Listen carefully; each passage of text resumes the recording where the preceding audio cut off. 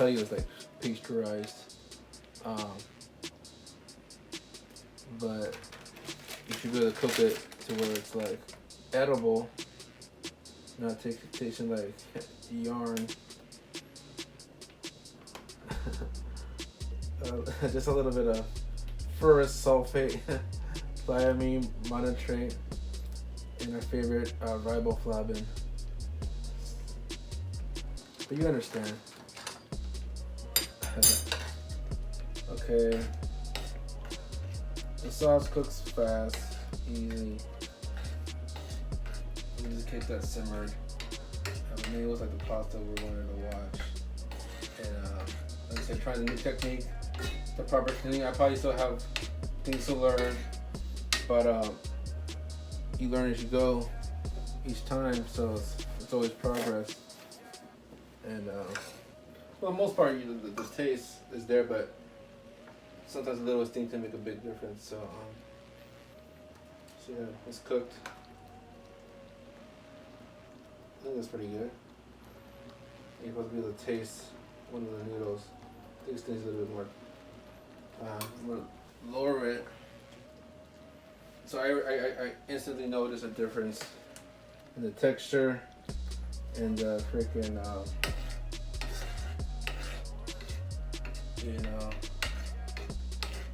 just the appearance of it. You can see the clarity, and they're all intact. So that's cool. It's like magic. This can go like hello. So yeah, that's cool. I like that. People. Yeah, that's good.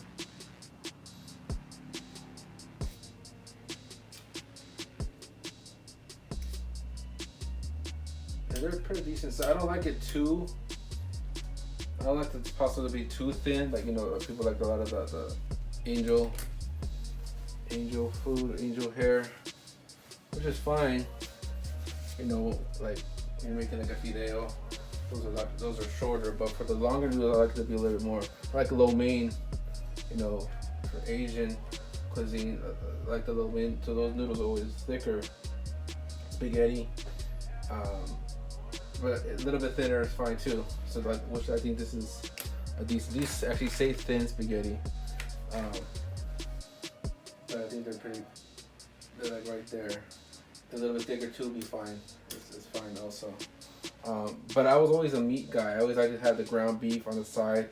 Actually, I don't like specifically, like meatball. Meatballs are fine, but the actual ground beef spread throughout the sauce and the spaghetti. I thought that combination was always like the best taste for me, with texture and with the sauce. So that's just a personal, or just by itself spaghetti. Even the type you can just make the next day, put it in the fridge, bring it back out, put a little bit more salt, maybe some water, nuke it for a minute or two. You can still eat it; it still tastes the same. The pasta lasts. Bread, butter, good meal. Take it to lunch. That's how it should be. That's how spaghetti should be made. Or even the pasta too. We make like a beefaroni. Make it a lot. Add peppers, green peppers. That's it. Green peppers and the macaronis. I think that's good right there.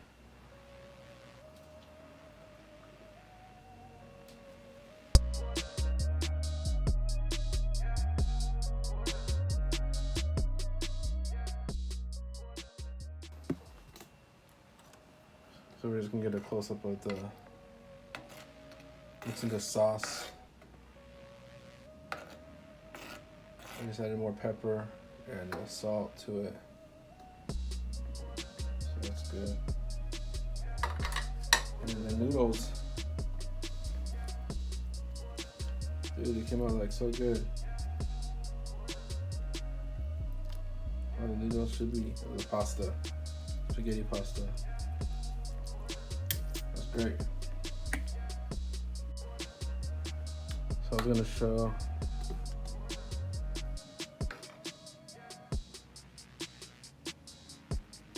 Florence spill.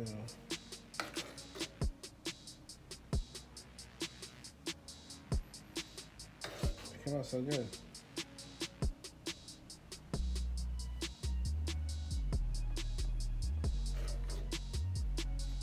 I like it a lot.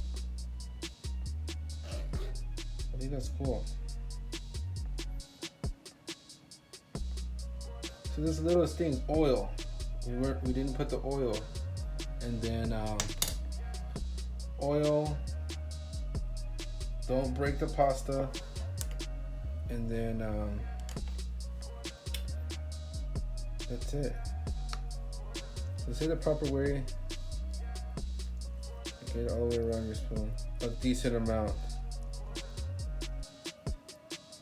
So if you got there's too much. It's not supposed to slurp. That's too much. So I'm doing it with one hand, but I actually do it. The way I do it, I use a spoon. I'm gonna put the camera down. Like when I usually do, I use a spoon. So like that, I could probably come low and eat that without causing a slurp. Let's see.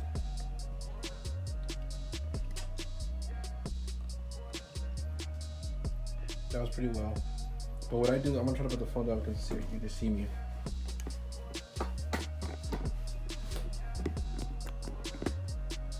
Let me show you how I usually do it. So it has the spoon. You got a little bit, and you use a spoon as a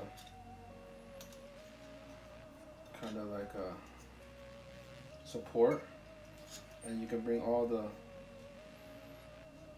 noodle together. Yeah, you don't want to like scratch up utensils, but also there's people that do that twirling on the plate. When you scratch up the plate, it's better to maybe do it discreetly on the spoon. If I'm doing it wrong, let me know, and we can work together. Thank you. Peace.